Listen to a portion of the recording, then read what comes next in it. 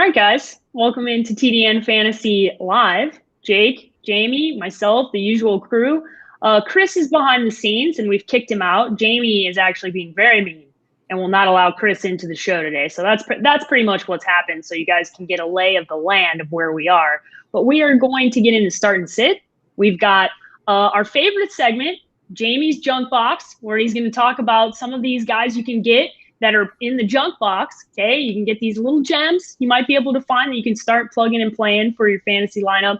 And then we are going to go pick by pick on Bet Online and see what the guys think about each and every game that is happening this weekend. So guys, let's start off with start and sit. We've got some pretty good ones this week, including a quarterback one that, I wondered if we were going to get to this point, right? I wondered if we were going to have to talk about Jalen Hurts in fantasy football, and we have arrived at that destination. And the first one we're getting into here is Jalen Hurts or Baker Mayfield. So you're looking at those two quarterbacks. Those are your two options. Jamie, go first. Which one are you taking? This is not what I expected to make back in, August or September when we were talking quarterbacks, but I'm actually going to go Baker Mayfield here. He's my QB 11 this week. I have Jalen Hurts down at QB 16. Look, you all know what he's been like the last 3 weeks since he got out of that horrible, awful 3-game stretch of weather. He's averaging 26.3 points per game in that stretch.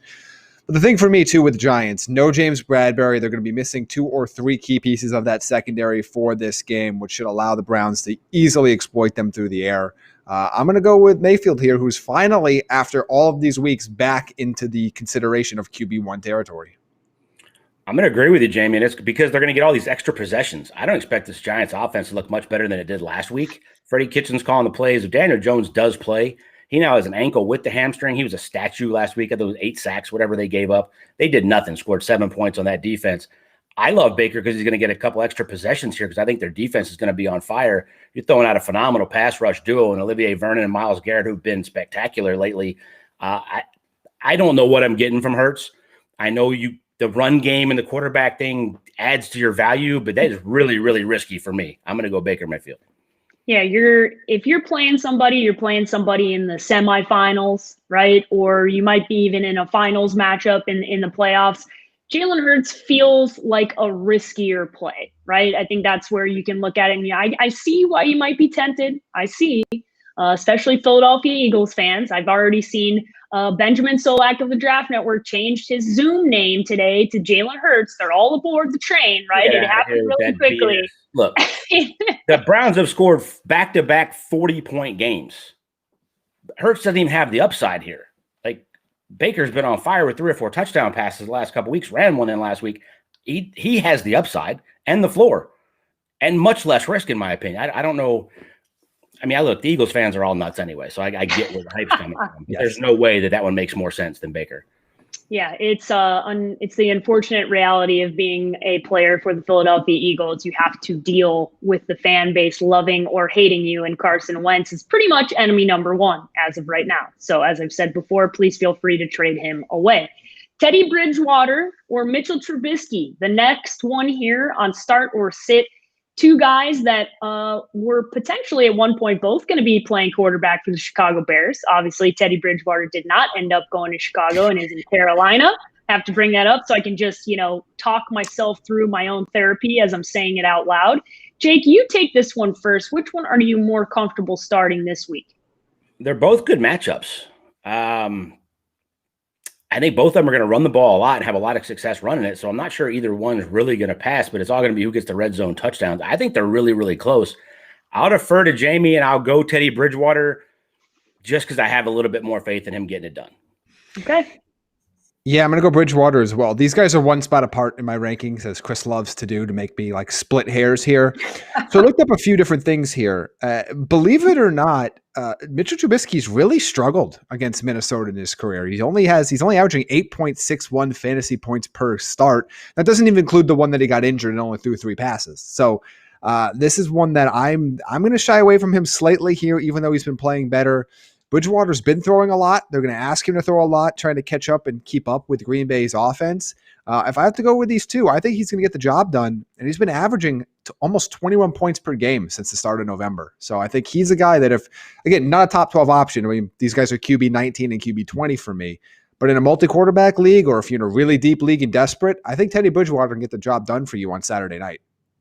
Guys, before we move on to running backs, I want to talk about the quarterback situation, obviously, with New Orleans and Drew Brees coming back and how that's going to impact that football team in general, fantasy-wise, because there were quite a few people on Twitter. It kind of trickled out the news. Then the New Orleans Saints Twitter account officially tweeted it about 2 hours ago. But with Drew Brees starting, what's your comfortability in playing him in fantasy and playing all the other options that are there in fantasy? Obviously, with Alvin Kamara and Mike, there's a lot there, right, that's impacted by Drew Brees being back. And most importantly, the little love affair that was you got to play Taysom Hill, especially those that got to play him in a tight end spot, that is long gone now and probably will not be coming back, obviously. Jamie, you first. What's the overall impact for New Orleans here? I think for fantasy, I think it's pretty small, honestly. Because Michael Thomas isn't going to play. Emmanuel Sanders is an interesting flex option for you, but I don't think he's very trustworthy, even with Brees back. It'll help Kamara a lot. He's going to get a lot more of those check down options that he was not getting with Taysom Hill. So that's a big plus if you've been sitting with Alvin Kamara, knowing that you've still been getting good numbers, but you haven't been getting those 7, 8, 9, 10 catch games that you might get out of him in this matchup. I have Drew Brees ranked as my QB 14. Like I would be apprehensive about throwing him right back in there. I don't think he's 100%. If you're in a 2 QB league, you don't have much of a choice, but in a single QB league, you might still have some better options. So to me, with Thomas also already being out, I don't think this really changes much. You were playing Kamara anyway. The only real bump is that Emmanuel Sanders is now more flex relevant, but that's more so because Thomas is out than anything. I like Jared Cook. I'm going to play Jared Cook in 2 leagues. So I'm pretty desperate at tight end. I need to kind of hit a home run. I like his ability in the red zone. He will get some touchdowns, and he seems to have more chemistry with Drew Brees than he did with Taysom Hill. I think the big thing here is Kamara. Look, guys, from a football perspective and not fantasy, the Saints are in danger of losing 2 straight, and then they play the Panthers. Like, if Drew's not 100%, they're going to lose to Kansas City. They could easily lose to Minnesota. And then they go to Carolina. If the Bucs are on the table, like the division's still up for grabs. Like this, like they have the tiebreaker, so it's not really going to happen. But like you could have a 9-game win streak. Drew Brees gets hurt, you win the first 3, and then you're limping into the playoffs. If that's the case, I don't know what to really expect from this Saints team, especially after last week. There's a lot up on the table here for this organization, less fantasy wise, more relevant to the football team. And trust me, they do not want to go. The difference between the 1 and the 2 seed is having to go to Lambeau Field if you want to get to the Super Bowl, right? If you're going through Green Bay and they're the number 1 seed, I can assure you playing outdoors at Lambeau in January is not anything like what they're going to want to be doing in that time of the year. And that goes for everybody in the NFC, but they're really the team that's looking at that going, okay, we have to keep pace. So it'll be very interesting. This seems like must-win games as we head out during this stretch for the playoffs. All right, guys, running backs. We've got David Johnson or Lynn Bowden Jr. The next one is definitely a troll job of Jamie, so really looking forward to getting into that one from Chris. So, Jake, I'll let you take this one first. You taking David Johnson or Lynn Bowden Jr.?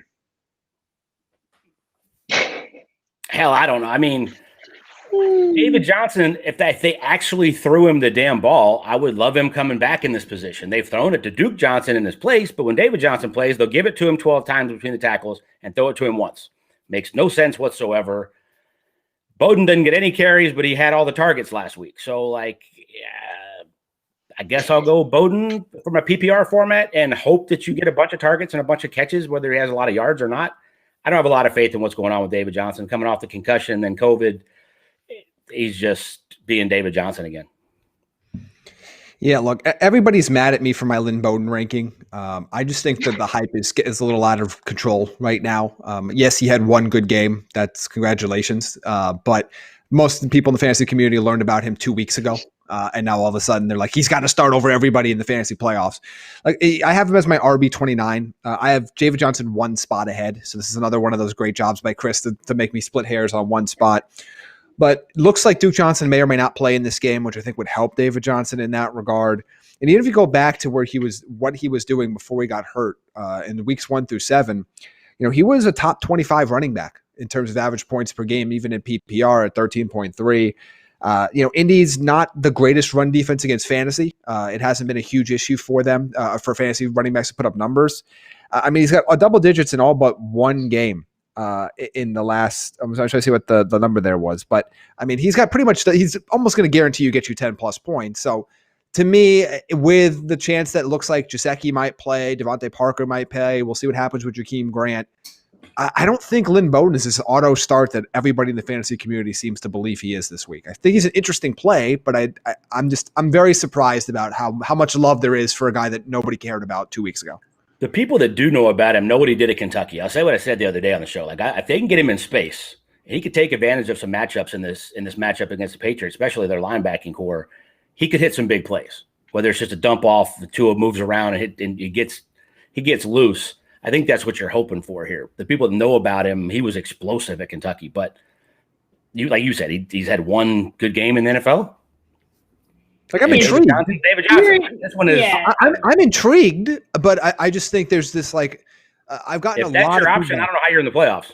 I was going to say, it feels like you don't want to get cute here, because if you're in the semifinals, I'm guessing you have somebody else that's a better option here than going in this direction. Particularly we talk at receiver page too. I know the conversation of running back gets tough, but at receiver, does he have any more upside than a lot of these other guys we're going to end up talking about? We talk about that range every week, that wide receiver 3, wide receiver 4 range.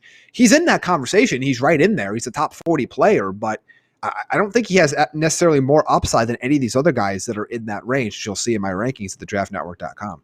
Yeah, this is one of those years where your flex spot has become the wide receiver range for most of the year with the injuries and the lack of production from the running backs.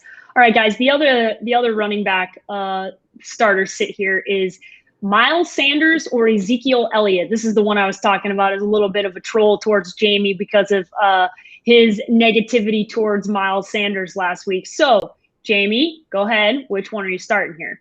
I'll go with Miles Sanders. Again, it was a 1 week thing. We're talking about starts and sits, and I still stand by my logic for that. But look, Elliott hasn't been doing much for you. 10.93 points per game since the bye. You're just not getting much from him. Last week he got out-touched, or got one more touch than Tony Pollard and got outscored by him in fantasy. Arizona's run defense isn't anything special right now. I'm going to go with Sanders here. I think I don't know if Elliott's he's my RB24 this week, and I still feel like that's too high given what he's been doing lately. But Miles Sanders just inside my top 20, so I'm going to go with him. That's your threat. He's a home run hitter. I said the stat the other day. There's 11 runs or 70 yards or more in the NFL this year. Miles Sanders has 3. There's your home run hitter, because Zeke doesn't look like the same dude, and Tony Pollard's taken half the snaps. And the bruised calf that we talked about the other day, Paige Goddard, a bruised ego, which something's going on. He's not the same cat. Yeah, it's been a rough year for Ezekiel Elliott owners. I think, Jamie, when you just said 10 point something points per game since the bye, that's 10.93. Yeah, yikes, right? You're talking about Zeke. It's just not. I think we have to go.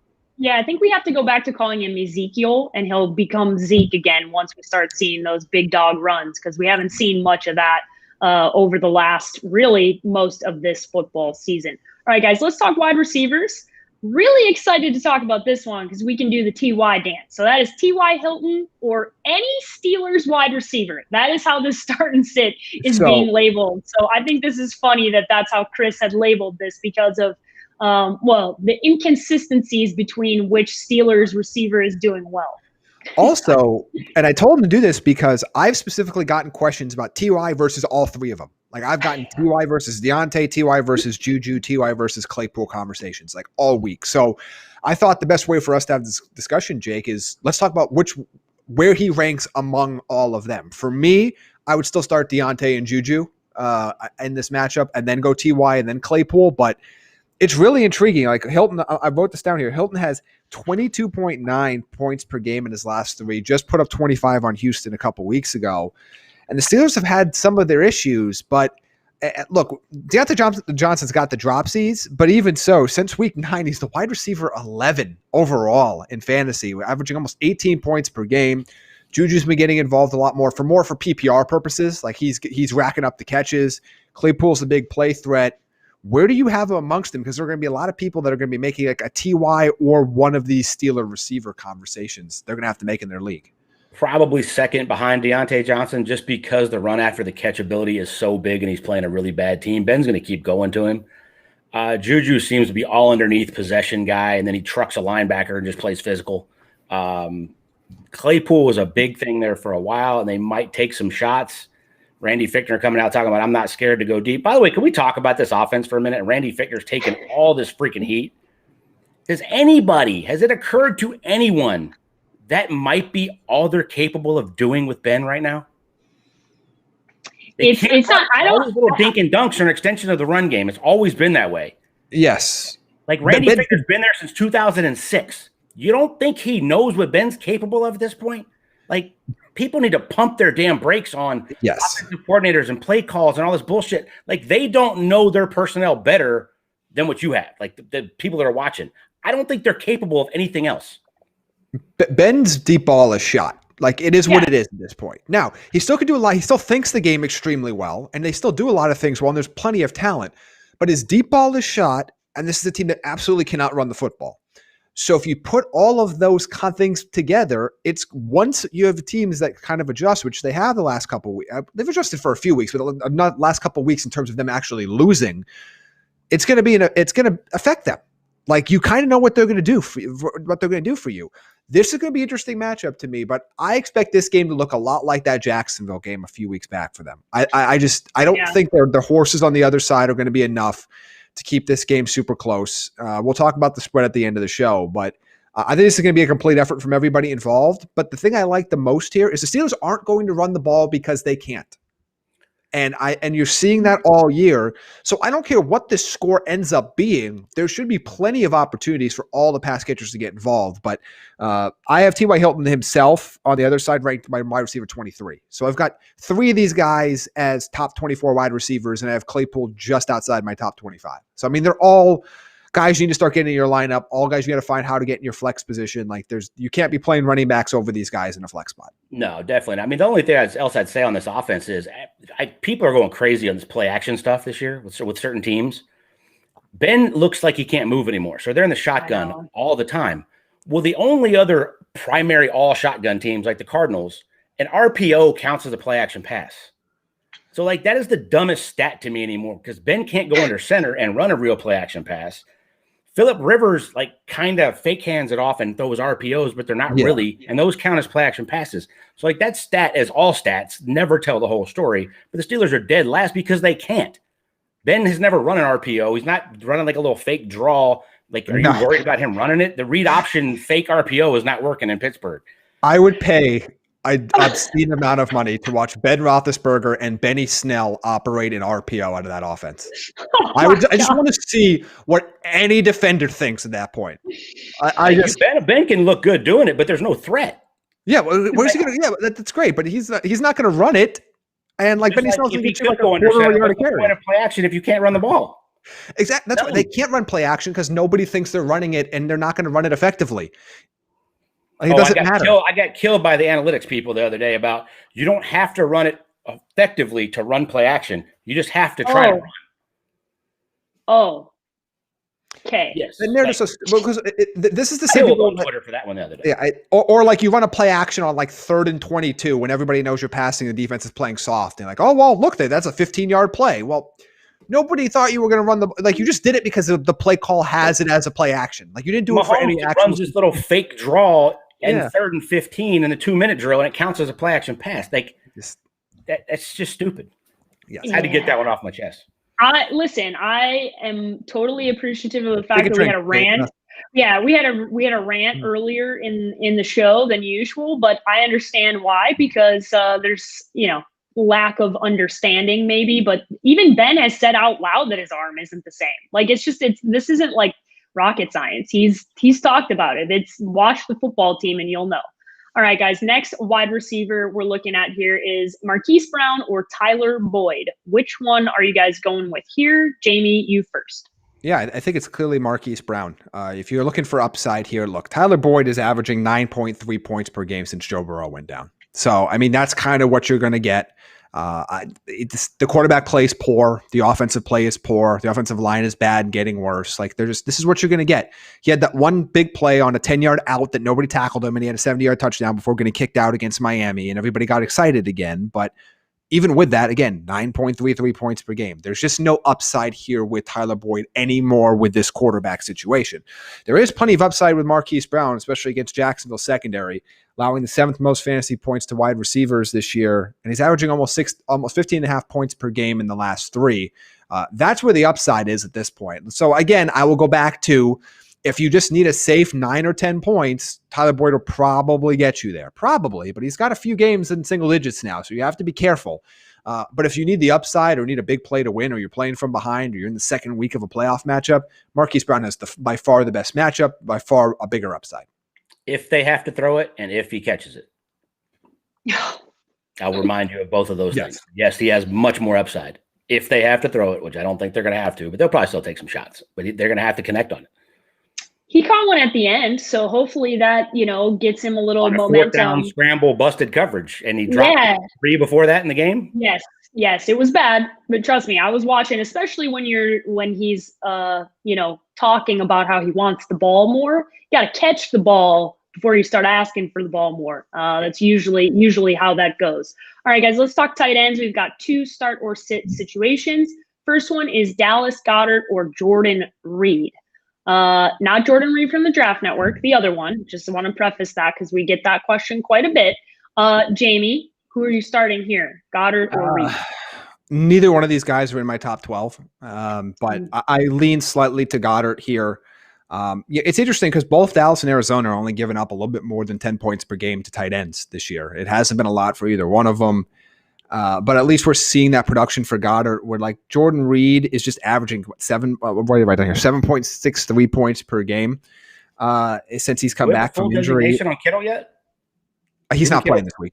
Yeah, but he's not playing this week. Yeah, okay, the last thing I saw last night, there's still a chance. So I was like, yeah, they said he's not going to return for this week. So you're basically hoping for a touchdown for him. Like I don't like either option, but the better chance to get like 4 for 50 is going to be Dallas Goddard. Goddard's been solid for a couple weeks. Like we talked about, trying to get to 10 points with some of these guys is tough. All right, guys, the next one, my rookie, Cole Kmet or Logan Thomas. I've been starting Logan Thomas for a while, guys, and it's worked out for me. The problem is we've got a different quarterback situation happening this week, which I don't feel as confident in. So, Jake, you first, Cole Kmet, the rookie, or Logan Thomas? I'm still going with targets. I know Alex Smith isn't playing, but Logan Thomas has been so good for this offense. And you're talking about 10, 11 targets the last couple of weeks. Yeah. Him and McKissick and McLaurin hasn't really been a thing. I don't know that he probably will be this week because that secondary has been bad, but they've been better for the last month. He has been really, really good. The nuance of playing quarterback in the past, I think, is really helping him in the pass catching game the more that he plays tight end. And you're just going to assume that Dwayne Haskins throws it to him as much as Alex Smith did, but I still got to go Logan Thomas. Well, and I like that you're bringing that up because when Dwayne Haskins was still starting, Logan Thomas was still getting 7 targets a game. So it's not like there was no connection there whatsoever. The touchdowns weren't quite coming yet, so he's only averaging a little over 7 points per game. But he was still going to look his way, and I still think he'll look his way here. I like Kmet in a deeper league. Like he's one of those guys that made my sneaky starts column. He's somebody that if you're, hunting for a tight end now for some reason, or you're in a sometimes there are some multi-tight end leagues out there, which surprised me. In that case, there are. I saw that. There's people being creative with tight end positions and going forward.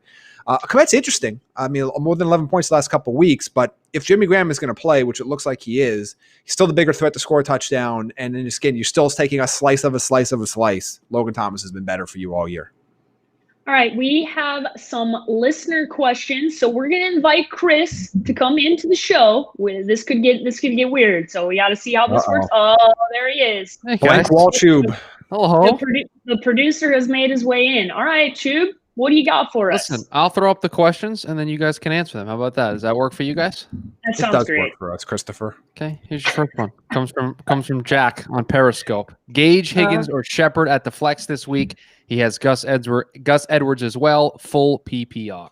I like that he qualified this by telling us that it's full PPR. So shout out Jack, because we very rarely ever find out what kind of league it is. So that never happens. So this helps significantly. Jamie, you took a big sigh here. Yeah. So what is going to happen here? What are you doing? Yeah, run with this, Jamie, because I don't want to answer this one. It's more like there are things that I talk myself into, and I've kind of galaxy brained my way into like, I think Gus Edwards has a really nice game this week. Gus, I kind of like him a lot. I know J.K. Dobbins should get the most work in theory, of course. But I think Gus Edwards is going to get a lot of work. Jacksonville's defense is horrible. And they're going to run the ball a ton in this game because I don't think Minshew and company are going to be able to keep it up. So to me, I think both Dobbins and Edwards are both plays this week. I have Edwards. Where did I put I think I have Edwards ranked as like an RB2. I think I had him sneak right into that spot there. Let me see where I put. Yeah, 23. So I snuck him into RB2 territory this week. I'm buying it. So of those groups, I do like Gage as well, but of those people, I'm actually going to go with Gus Edwards here because I think he's got a really good chance to score. And this could be one of those like 10 carry, 103 yard and 1 touchdown Gus Edwards games. That's fine. I agree. I was going to say Gage just for the hell of it, but I think Gus and JK could both go like 12 for 115, 2 touchdowns. Yeah. I don't think Lamar's going to run a ton like we saw the other night. I think they're going to save that for prime time when they need it. Give him a little bit of a rest. I expect not playing at all. Do what? And Ingram's not playing at all. Like he's getting single-digit snaps now. Like so that's out of the equation. They both look really good. Like I can't tell which one I like more, other than Gus Bus is just an animal. Like he's so damn physical, and he has the feet. Like that move the other night was phenomenal when he was coming around the left end. I've always liked him. I think they both have a ton of carries here. I agree with you. I'd probably have to go with that and hope you get a touchdown. Russell Gage could be interesting with no Julio. Higgins, no, and Shepard.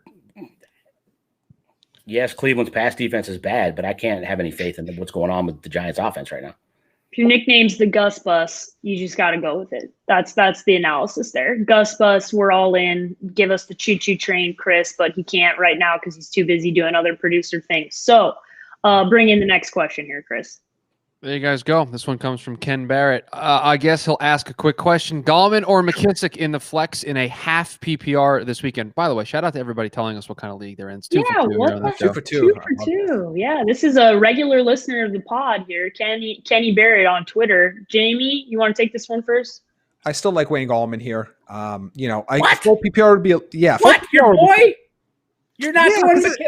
Wait a minute. Yeah, but my boy was catching all the passes from Kyle Allen and Alex Smith, not Dwayne Haskins. So I don't like it as much, especially when now you're going to half the PPR here. I like Wayne Gallman. I still think he has a much better chance of getting in the end zone. He's ran well last week. This is what's going to get with some of these guys. If they don't score a touchdown, all of a sudden you don't like them anymore. But I think Wayne Gallman's an RB2. I'm not super high on McKissick this week. I'll be perfectly honest. You just were. I'm shocked. You drive the freaking hype train bus for McKissick. I agree with you. I think Gallman's been really good since taking over. Since they actually went to him, he got out of the doghouse. He has been really, really solid. He just runs the ball like it's his last ever carry every time he touches it. I've loved that. Ever since he's been at Clemson, he's been that way. He's always ran hard. He's going to have to for them to do anything this weekend, but I'd have to go Gallman as well. All right, Chris, what do we got next? Well, we've never discussed this on the show. What is the opposite of the hype train? Like because that's whatever Jamie just did to JD McKissick. Like he drove the opposite of the hype train. Whatever that was. I mean, yeah, I guess so. I guess it could be a negative Nancy. We need to find a sounder though, right? It needs to have a sounder attached to it. So we've got the hype train, and then we need something that is the opposite of that. So Chris, balloon or something. No, you know what it is? Yeah. You know those old cartoons? Card, a red light? No, in the old cartoons when like the evil villain would mess up and it'd go womp womp womp. We need one of those. Ooh, okay. We should ask our producer, Chris. If only we had somebody with a If only you had somebody who could do that for you. This next question, and it extends our conversation that you guys were having earlier about the Pittsburgh wide receivers. Flex spot, Juju or J.K. Dobbins? All right, guys. Without them telling us about the league. This is you first. Jake, you started to jump in, so Juju or J.K. Dobbins? Without knowing if it's half point, full point, I'm still going to probably go JK here, like we were just talking about with Gus Bus. I think he has a big day as well. I think Juju's been great, but it's all this possession stuff, 5-6 yards, nothing big. He could possibly get an end zone, but you're risking it with the 4 other guys that they have to throw to. Yeah, I'm going to go if it's Dobbins in a standard or Juju in full PPR. So I'll go JK standard or half, and then Juju in full. All right, guys. Chris, how many more do we have here? I have two more that I okay, two more that you're going to bring up. Former intern of the program, Henry, on Facebook asks, "Hey guys, I got Hank. Would you rather go David Montgomery or Clyde Edwards-Helaire?" Da Bears. Imagine asking this question in September. Just imagine Hank. Imagine Hank asking a question that didn't have the Bears in it. Hank, the ultimate homer. Okay, I'm taking this one away from the guys. 1, you're starting David Montgomery. 2, Hank, if you were still interning, I would have muted you off the show for asking this question because you're the biggest homer, but then you get off the bus way too early. So this is actually the time to be on the bus. Like David Montgomery actually deserves this now. So please start David Montgomery. It's finally deserving. Deserving. David Montgomery is my number 8 running back. So yeah. Also, who are you? Also, I'd love to see what his lineup looks like to see who he's starting over Clyde Edwards-Helaire. Like which one of those guys, like in a 2 running back league, who's the second running back to the David Montgomery there? I'd love to know that. Might be some interesting ones this week. Like if it's Cam Akers or Mike Davis or Wayne Gallman. If Mostert doesn't play, Jeff Wilson's going to be a monster. Yeah. Oh, by the way, Mostert, no injury designation. That's I knew that was going to happen. This is worse than freaking Keenan Allen's ass last night. I got both in 2 leagues, and I'm like, hell, do I play them both and try to get all the damn points? I've been waiting all week to figure this out. On that shit from Keenan Allen last night. This phenomenal. This is when the time where the program gets off the wheels. Chris, why don't you bring in the last question here? Last one for you, tight end related. It's somebody we mentioned already, but another name thrown up in the mix. This one comes from Nick. Cole Kmet or Noah Fant? I'd still go Noah Fant. I know he didn't have a great week a couple weeks ago, but he's still the guy that's going to get a ton of looks.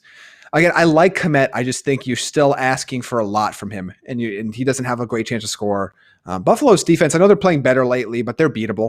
I don't think they're unstoppable. So I'd still go with Noah Fant, even though he hasn't been quite as good as people thought.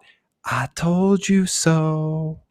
We'll deal with this in the off season because I got a lot of crap wrong, and we're going to actually have, for those of you, by the way, sneak preview. There's going to be a roast of Jamie show. Very much looking forward to that. I love when you put that in there because it didn't say roast Jake and Jamie. Yeah, don't you worry, Jamie. Don't you worry. The content. But I also got a lot right too. So I'm going to respond with some of the things. And one of them was that Noah Fant wasn't this top 5 tight end that everybody was swore to me he was going to be.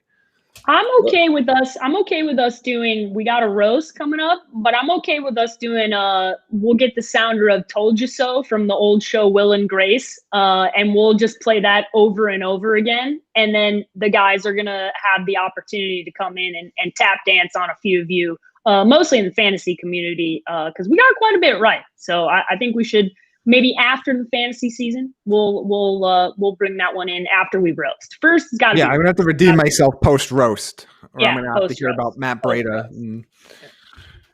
Jake, I cut you off though. Your thoughts? Noah Fant has Waller type ability. They just don't use him that way, and he can never stay healthy. I get the hype around him. It's just he can't stay healthy, and that offense has all these different guys and these pieces. And Drew Lock's great, and then he sucks, and then he's okay, and then he sucks again.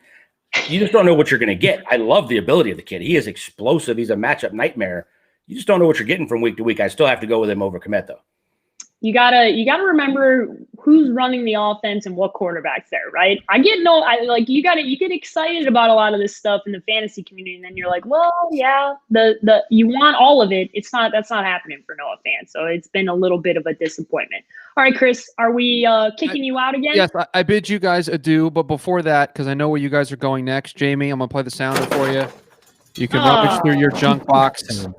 I'm now going to go. You guys have fun. Not that much junk in the box. Like that soundbite should be 3 times that long. I'm about to say I'm a little offended. You found what you were looking for right away. It's great because now Chris the whole damn trash can over. Yeah. We really need to upgrade that sound that you've got going on, Chris. But this is Jamie's junk box brought to you by Manscaped. So Jamie, take it away. Before I get into it, again, we got another letter on the show, so I wanted to read to everybody. I was excited to see. Popular. But by the way, just credit to the mail, so USPS for getting this in this time of year. I mean, you'd imagine with all the delays, I'm shocked we got this in a timely manner from our last show. But it says, "Dear TDN Fantasy Podcast, I hear that there may be a Bachelor-style show coming up for your producer, Chris.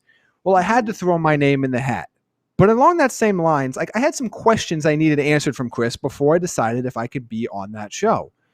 First, is he receiving the gift of Manscaped this holiday season?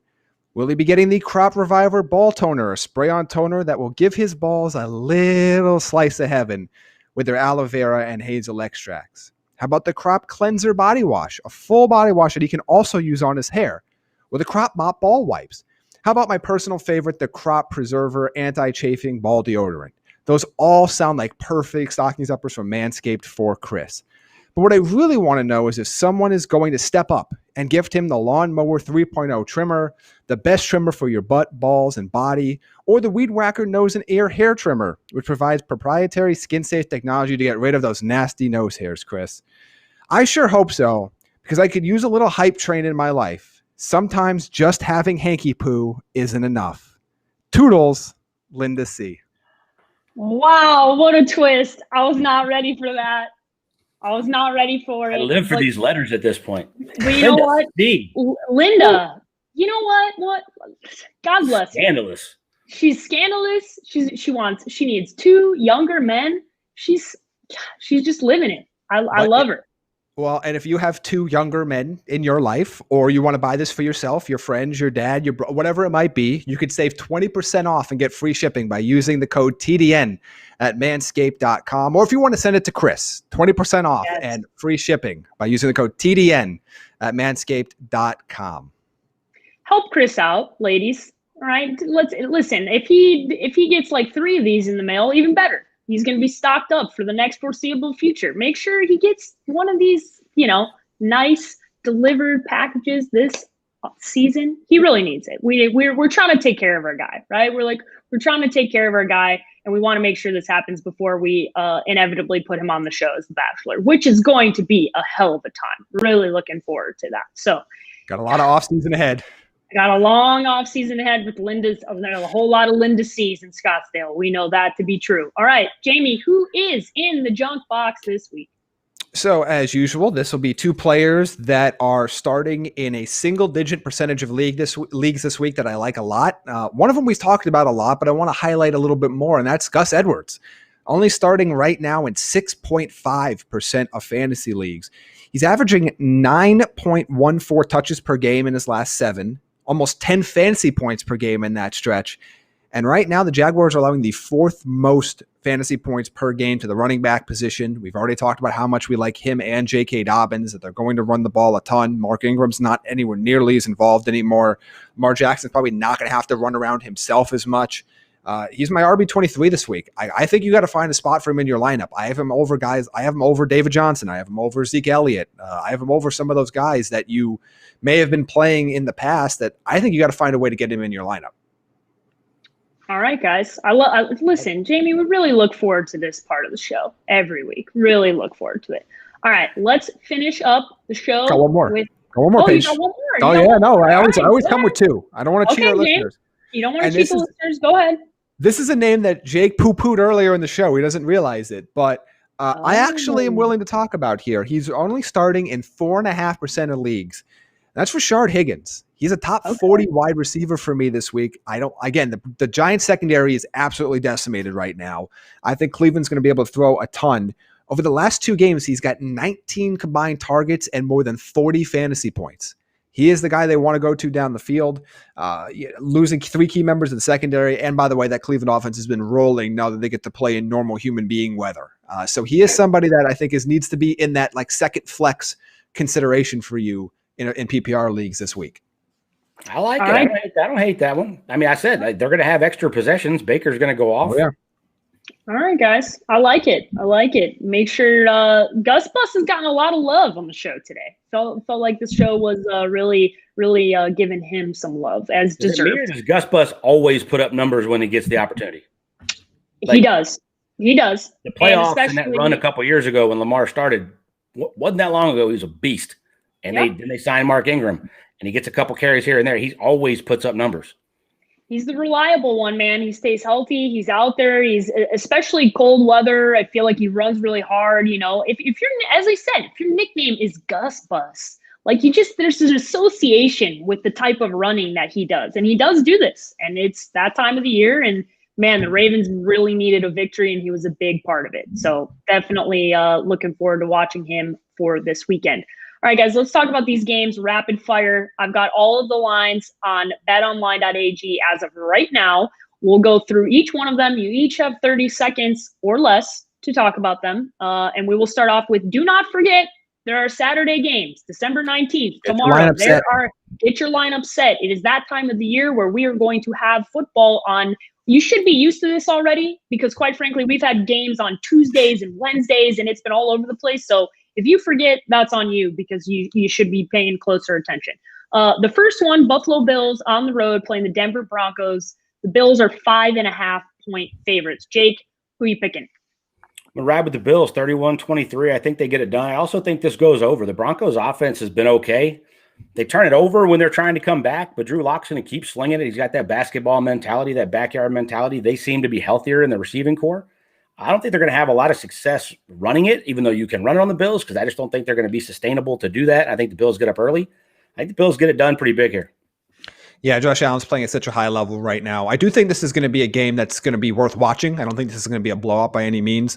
Denver's going to be is a really fascinating team because they're starting to really play some good defense. And when they get all of those pieces back next year, I think they're going to be an exciting team. But I do think Buffalo's still going to be able to win this game by at least a touchdown.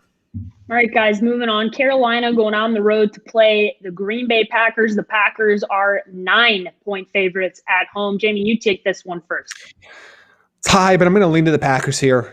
They have a lot to play for right now, which is so they don't have to leave home until they have to get to the Super Bowl if they get that far.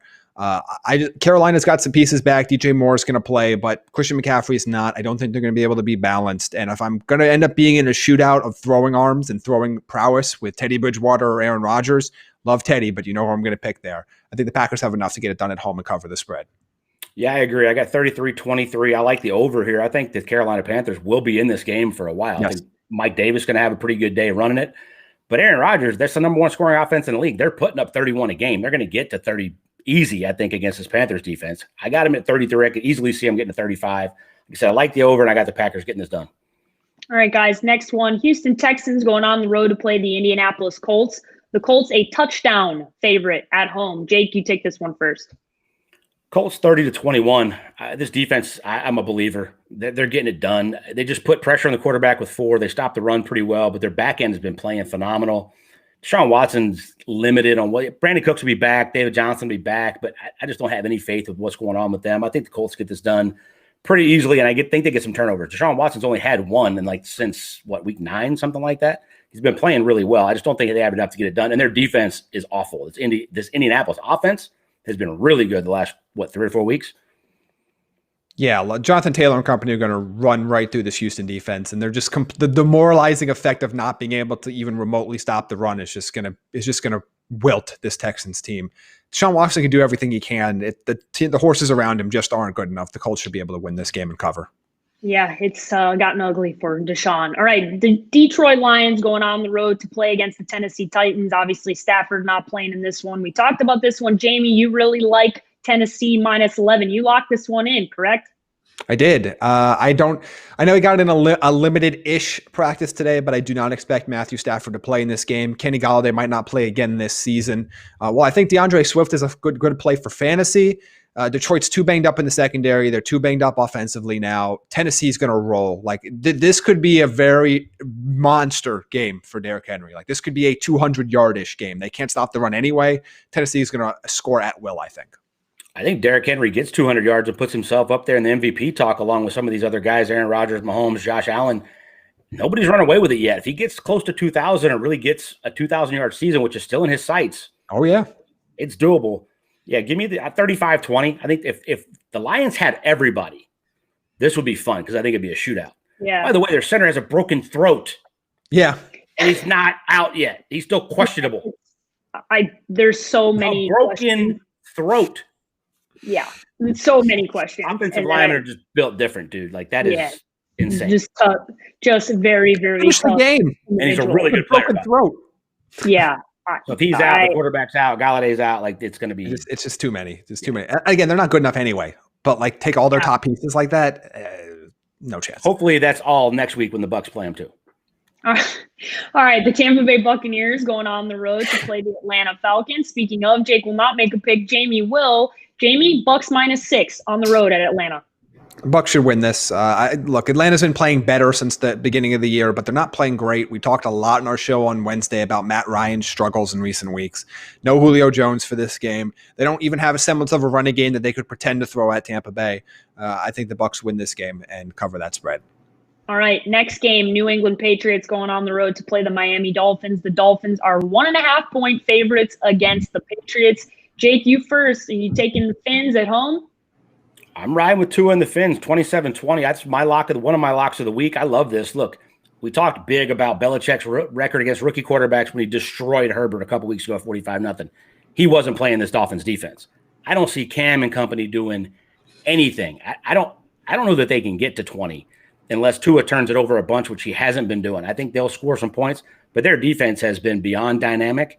I think the Dolphins get this one done. I think it's really kind of a changing of the guard. They beat them late last year in New England with Fitzmagic, but this is now this young team with this defense healthy. I think they win pretty easily here. It's funny, the Patriots don't play well in Miami even when they're good, and now they're not very good. I just have no faith in New England's offense. I think that's what it comes down to. While Tua might struggle, while a lot of their top weapons, if Devontae Parker plays, if Jakeem Grant plays, if Mike Gesicki plays, they're all banged up.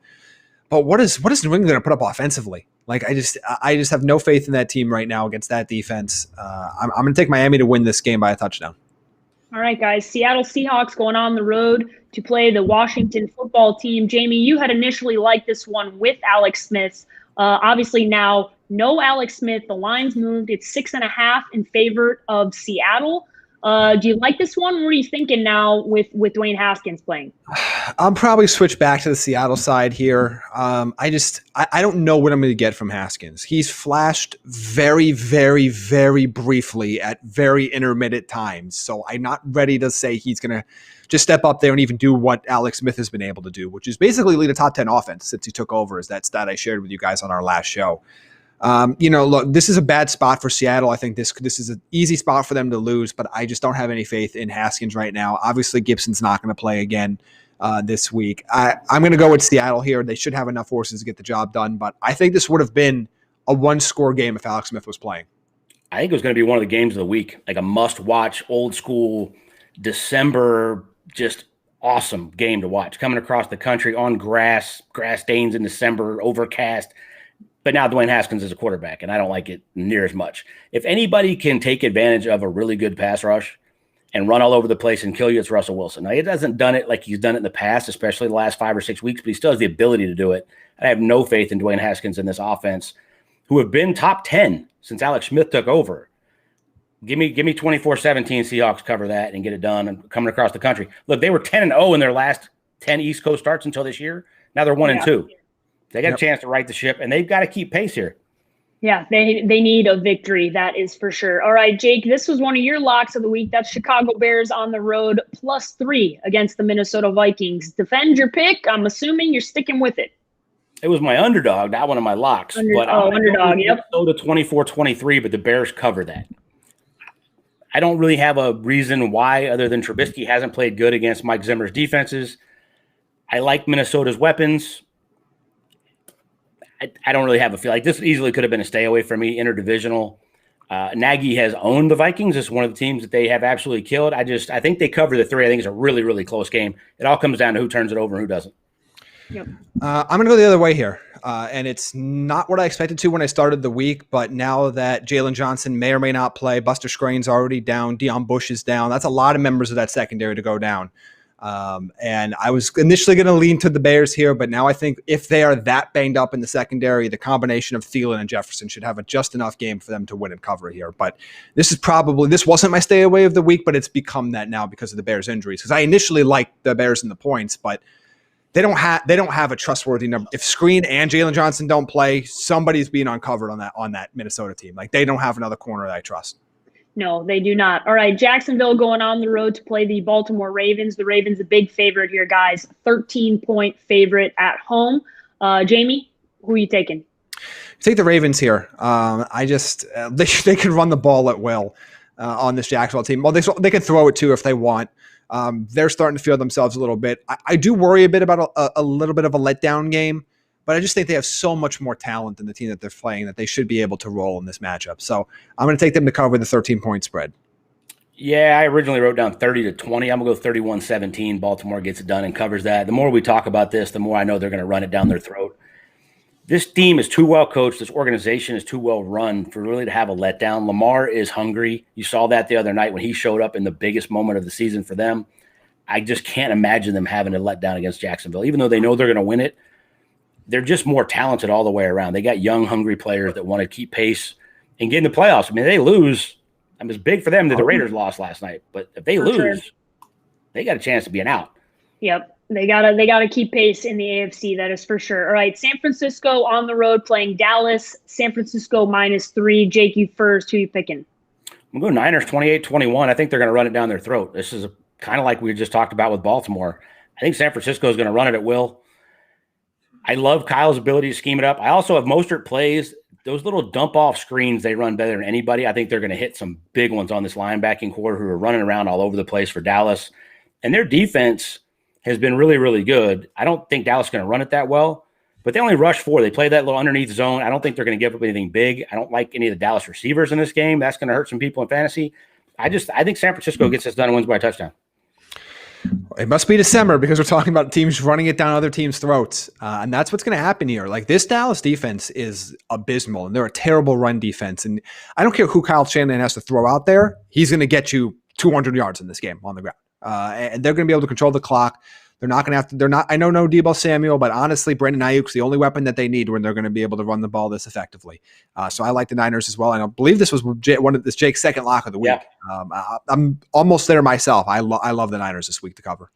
All right, the biggest point spread of the weekend, the New York Jets. The New York Jets going on the road to play the LA Rams. The Rams are a 17.5-point favorite at home. Good Lord, that's a big point spread in the NFL. Jamie, who are you taking?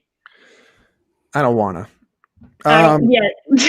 I'll take the Rams because the Jets are just abysmal. But is that stat I talked to you about on the TDN against the spread show of why I like the under for this game in particular is that the Rams just don't score points at home. It's just not been something they can do, and they might not have to score a lot. Like, I don't think they have to get to 30 here. 1, they haven't gotten above 24 at home all year. 2, they probably don't have to get to 30 to even cover the spread. So I'm going to take them, I guess, because I think that at this point the Jets are going to get you 10 points. Maybe they'll really have a big game and get you 13, but that's really all they're going to do at this point against anybody that's not the Raiders. So I guess I'll take the Rams here, but I'm not. I don't bet spreads this high. Like, I just don't do it. It's against my religion. But we pick them all. Give me the Rams too. I go 31-10. They score more than 24 at home. They're playing the Jets. They're going to get some turnovers. The defense has been rolling. I think they're going to have a lot of success running it as well. I think Cam Akers. Big game for Cam Akers. RB1. All right, guys. He could be the difference in a bunch of fantasy playoffs. It's 17.5 seems ridiculous, but it is the Jets. All right, next game, Arizona Cardinals, a touchdown favorite at home against the Philadelphia Eagles. Man, I shook my head when I saw this one just because I don't think the Cardinals deserve to be touchdown favorites. Jake, what are you thinking here? I think the Cardinals get it done, but I got 28-23 written down. I'm going to stick with that. I don't think they cover a touchdown. And this was 5.5. It went to 7. This Philly defense is top 5 in pressures. And I talk about it for the last month that you put it on tape against the Cardinals, what to do to Kyler Murray now. And I think they have the ability to do that. They rush 4. Fletcher Cox is still a monster up the middle. Their secondary is still a little bit weak, but Kyler hasn't been throwing it great. They want to continue to run it, and this could be like the duel of the running quarterbacks. But people that have tried to run it on Arizona and consistently tried have had success. I think Philly's going to have success running the ball. I think they keep it close. Yeah, that's kind of where I settled. This was my stay away. Like this, I love fading rookie quarterbacks in their second start because I think they put some stuff on tape, but the Cardinals aren't exactly playing all that well either. I'll take the Eagles in the points. I think 7 was too many. I think we can all three of us can agree on that. Regardless of how this result of this game is, the Cardinals should not be 7-point favorites right now. So I think they win this game, but I'm going to take it to be under there. No way I'll get that free push if it is right on 7. All right, guys, last 2 here, 2 big ones, especially this one between Kansas City and the New Orleans Saints, especially with Drew Brees back. Kansas City is a 3-point favorite on the road at New Orleans. This one's really interesting to me. Jake, you first. What's happening in this one? I think Kansas City rolls. They're averaging over 12 points a game in their road games this year. They've been playing close games the last couple weeks, but this defense for the Saints was playing so good, just got destroyed last week. Patrick Mahomes against top 5 defenses, the numbers are insane. I think they get to 31, and I don't think the Saints can do the same. I think that's like 31-23. I think they get it done big. Shows you what the books think about Drew Brees at the stage of his career. This line did not move when Cincinnati was a starter. I'm going to go with the Chiefs here as well. I think last week was, we talk on the show a lot about how valuable to really good teams winning close or winning when you don't play well, because at least you get to add to that win column and then you start to work back. That works for superstar players too. Patrick Mahomes did not play well last week. No, he did not. That was a very uncharacteristic turnover fest from Mahomes. That looked like his college days. That looked like the Mahomes everybody thought he was going to be when he came out. I imagine he's going to be refocused, readjusted for this game, and is going to have a big performance in store. And look, New Orleans' offense, I just don't even get from Drew Brees. He's not 100%. I don't know what he's going to be. He doesn't have Michael Thomas. He's not going to push the ball down the field because he can't, and he hasn't done it, and they won't let him because he can't. And you're going to need some crazy heroic effort from that defense or from Alvin Kamara for this game to even be within the 3-point spread. So I think Kansas City wins. This is going to be very interesting because it's going to open up a lot of things in that top of that NFC picture going into the final 2 weeks of the year. All right, guys, last one here. Cleveland on the road playing the New York Giants, 6.5-point favorites against the Giants. Jamie, you first. What's happening? So James Bradbury was worth 1.5, but Drew Brees was worth nothing. That's fun. I'm going to go with the Cleveland here. They're rolling right now. The Giants are going to start either a hobbled quarterback or Colt McCoy. Not ideal scenario for them. They could be down 3 of their top 5 pieces in the secondary, including their best player on that side of the ball in James Bradbury. I don't think they can keep up with them as well as they have been playing. The injury bug is getting to them, and I don't think they're better than Cleveland even when fully healthy. So I'm going to take the Browns here. Yeah, COVID issues. Bradbury is their best player. He's worth 1.5. I mean, they've got serious issues. They looked awful last week after winning 4 straight against the Cardinals team. I don't think it matters at all. I wrote an article for the draftnetwork.com on Freddie Kitchens now calling the plays against his old team and the familiarity. I don't buy it whatsoever. I gave you 4 great reasons why it makes 0 sense that there's this much hype around it, other than people are just dying for storylines. I think the Browns roll. I still like them. They lost that game to the Baltimore Ravens, who were beyond desperate in the division, but they were toe-to-toe. This is not the same Browns team that we've seen in the past lay an egg late in the year when they're okay. They're 9-4 and by far the better team. I think they win by a touchdown plus. Yeah, it's interesting. I think people were just looking for Freddie Kitchens to give us quotes about Baker Mayfield. I think that's really all they wanted to do. I've seen about 15 of them come out before this game, so I am not really all that interested in what his dynamic is going to bring to the table. All right, guys, final thoughts here, and then we will wrap up the podcast. Jamie, you first.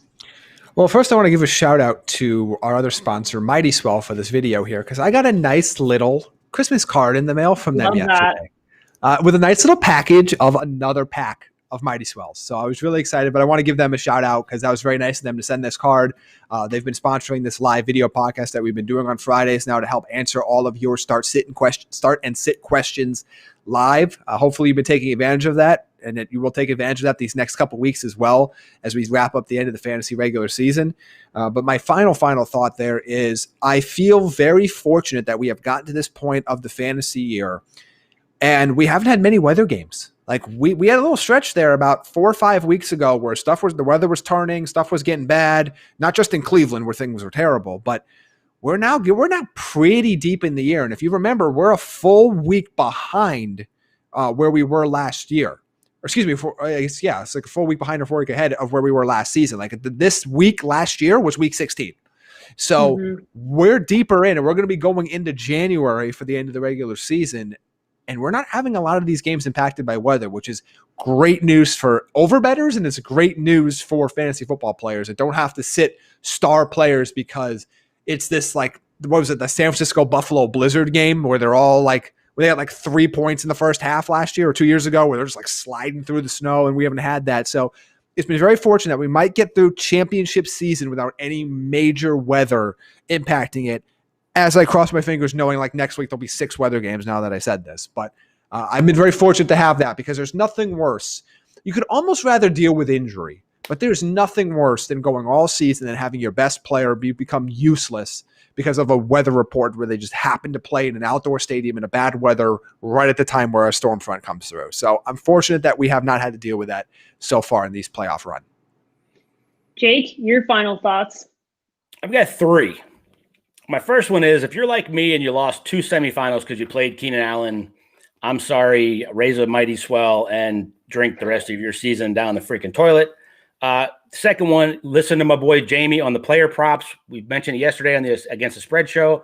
Been on fire. Those will be coming out, tomorrow, Jamie? You put most of those out before the game start? Yeah, so they'll be out tomorrow. They'll probably see, I'll check after the show, see if they're up, but I already have 3 for Saturday. On the Saturday slate, which will be up tonight no matter what, and then keep an eye out for all the Sunday stuff. He's been on fire, so take advantage of that. Get your free money there. My last one is join us again at arians.rivalsmedia.com. Make your picks. Have some fun. Have a chance to win some awesome memorabilia, and this time of year, help donate to the Arians Family Foundation. We can use it. The kids that we sponsor, that we take care of in the foster care system at ariansfamilyfoundation.com could really, really use any support. So we appreciate that. Again, arians.rivalsmedia.com. And that's my final thoughts. Jake stole mine. I was going to tell everybody to go to arians.rivalsmedia.com. So that's the final thoughts here. I think everybody, it's that time of the year. You can start, really giving back and thinking about others, and many kids in the foster care system that need help. It's a great way to give back and do something positive to end the year 2020. Jamie, how can everybody follow you on social media? Follow me at Jamie Eisner on Twitter to see those player props go out and all my rankings, start, sit, sneaky starts, all that and more. Just at jamieeisner.com and at TDN Fantasy on Twitter. All right. Jake, how can everybody follow you? Jake B. Arians on Twitter and Arians NFL on Instagram. All right, guys, you can follow me at _sports page with an I on Twitter and Instagram. Be sure to check out the rankings at thedraftnetwork.com and follow all of us at TDN Fantasy on both Twitter and Instagram.